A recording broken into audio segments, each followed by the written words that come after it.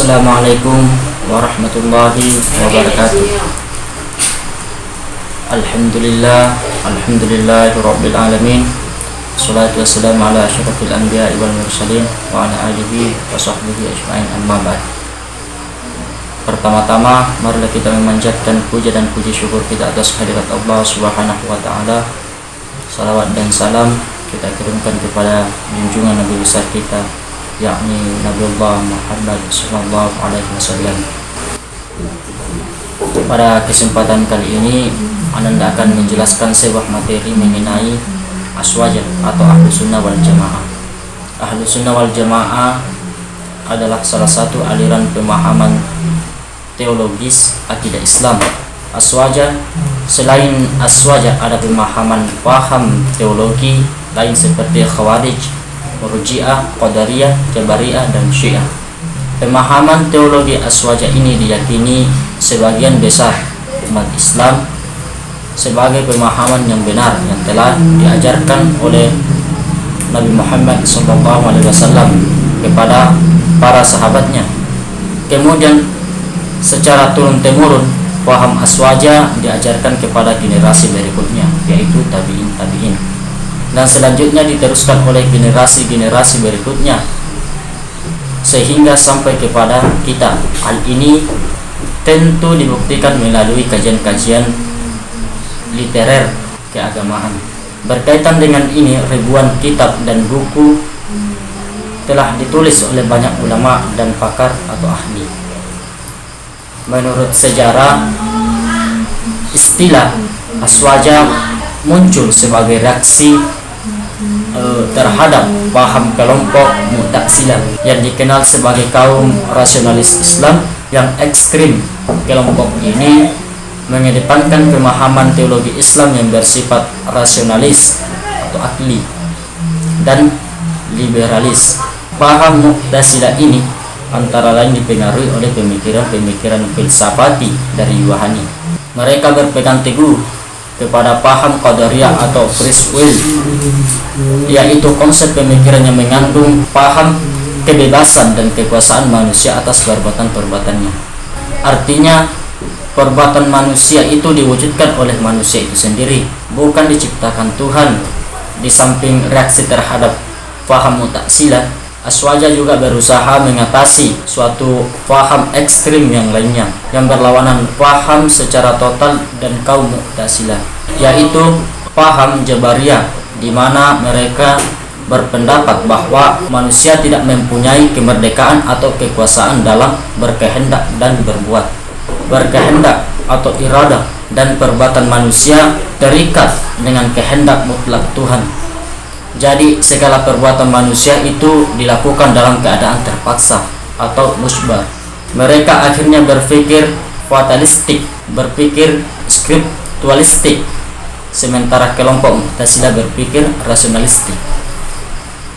Dalam menghadapi kedua pemahaman yang sama ekstrim tersebut, Imam Abu Al-Hasan Al-Asy'ari dan Imam Ibnu Mansur Al-Maturidi merasa berkewajiban untuk meluruskan kedua kelompok tersebut, sehingga sesuatu dengan apa yang dikerjakan oleh Rasulullah SAW kepada para sahabatnya, mereka berdua memunculkan kembali pola pikir dan mengambil jalan tengah antara kedua paham teologi dan ekstrim tersebut.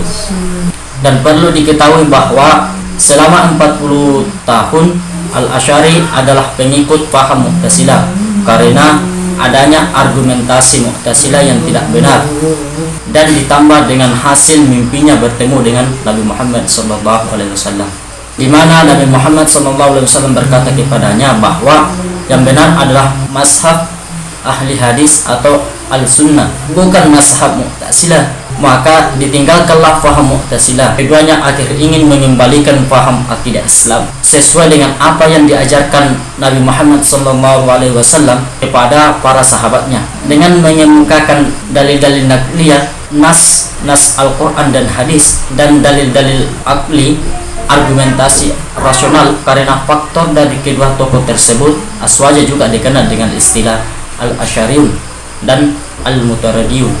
Terkait dengan halnya tersebut, perlu diketahui bahwa mayoritas umat Islam di negeri kita ini, terlebih lagi kaum Nahliyin atau NU, dan wilayah-wilayah Asia Tenggara lainnya adalah Asy'ariyun.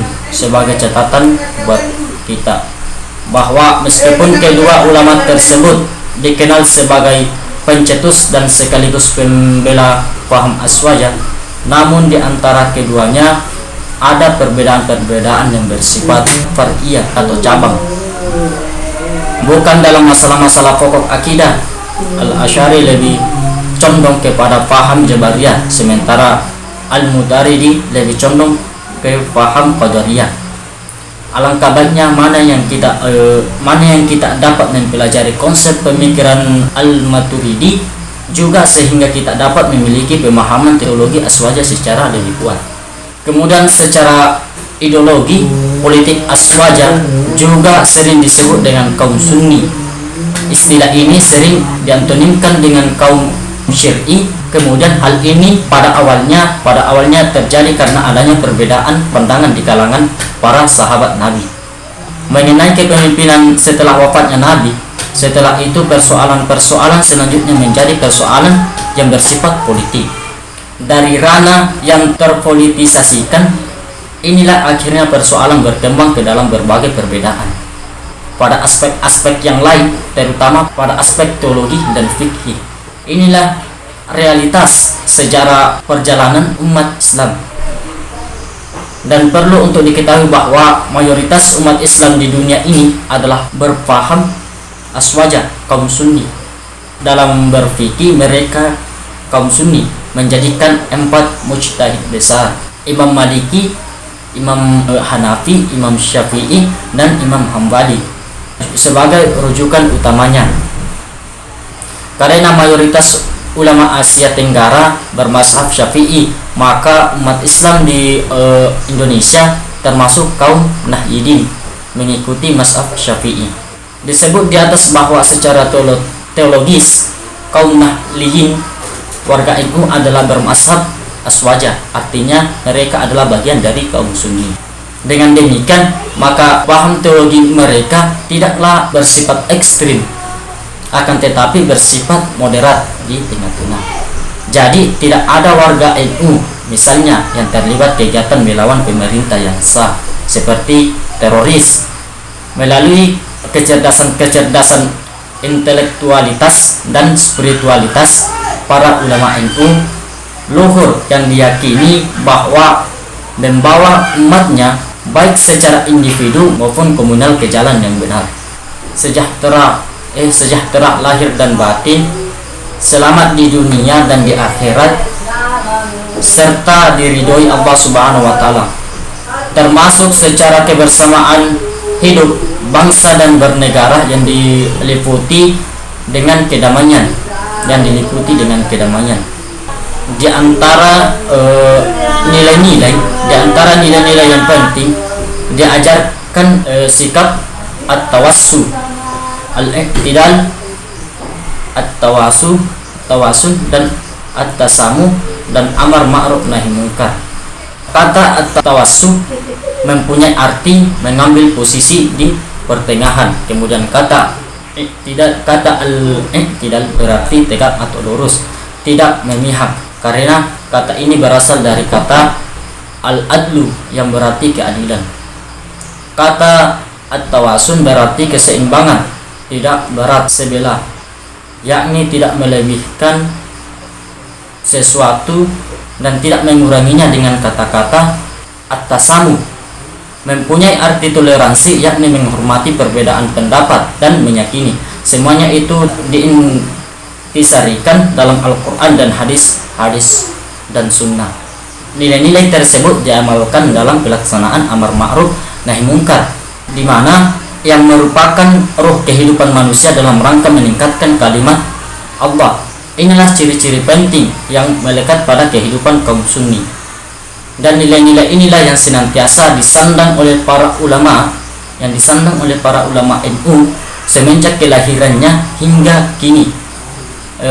Semua itu tiada lain adalah merupakan warisan para wali pendakwah Islam yang telah berjasa dalam penyebaran Islam di tanah air kita ini.